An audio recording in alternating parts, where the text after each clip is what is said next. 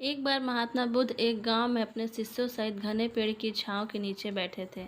आसपास के गांव से बहुत से लोग अपनी मानसिक समस्याएं लेकर महात्मा बुद्ध के पास आ रहे थे।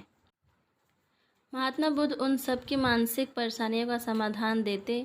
सब लोग खुशी खुशी अपनी समस्याओं का समाधान पाकर वहां से लौट रहे थे। वहीं से कुछ दूर बैठा लोगों को बुद्ध के पास जाते देख एक दुखी भिखारी अपने भाग्य को कोसता हुआ यही सोचने लगा कि अभी कुछ देर पहले तो ये लोग दुखी मन से मुंह लटकाए उन महात्मा के पास गए थे और अब इतना खुश होकर कैसे वापस लौट रहे हैं।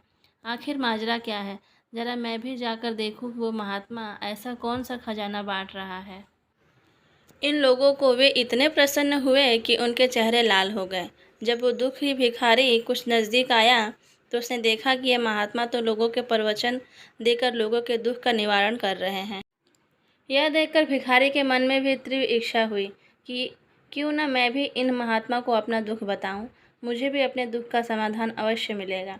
बस फिर क्या था, समाधान पाने की लालसा लिए भिखारी महात्मा बुद्ध के सामने पहुंचा और हाथ जोड़कर प्रणाम करते हुए बोला, मैं भी लोगों की मदद करना चाहता हूँ। मुझे लोगों की मदद करने की बहुत इच्छा है, लेकिन मैं कैसे मदद कर सकता हूँ? मैं बहुत गरीब हूँ। मेरे पास न तो पैसे हैं और न ही कोई ऐसी चीज़ जिससे मैं किसी की मदद कर सकूँ। मैं कोशिश करने पर भी किसी की मदद नहीं कर सकता। मुझे भगवान ने इतना गरीब क्यों बनाया? हे महात्मा, मुझ पर कुछ कृपा करो। इतना बोलते हुए भिखारी रोने लगा।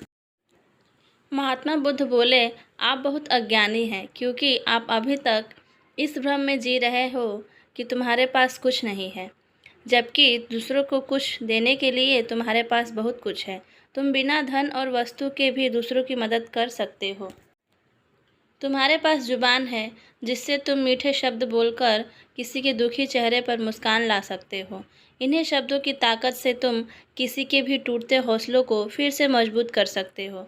इन शब्दों की शक्ति से आप किसी के भी मन में सकारात्मक विचारधारा के बीज बो सकते हो और उसे गलत रास्ते पर जाने से रोक सकते हैं। तुम्हारे दो हाथों से किसी भी कमज़ोर या लाचार व्यक्ति की सहायता कर सकते हो। आपके दो आंखें किसी अंधे को रास्ता दिखा सकते हैं। तुम किसी के लिए दुआ कर सकते हो। यह हो सकता है कि उनके बुरे काम फिर से हो जाएं।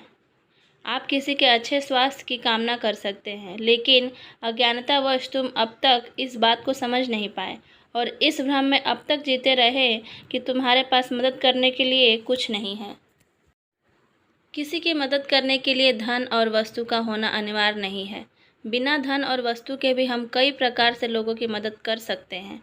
महात्मा बुद्ध के ज्ञान से भरे ये सुंदर शब्द सुनकर भिखारी के चेहरे पर मुस्कान आ गई और वह खुशी से झूमता हुआ वहां से चला गया। दोस्तों, महात्मा बुद्ध की इन बातों से बहुत कुछ सीखा गया।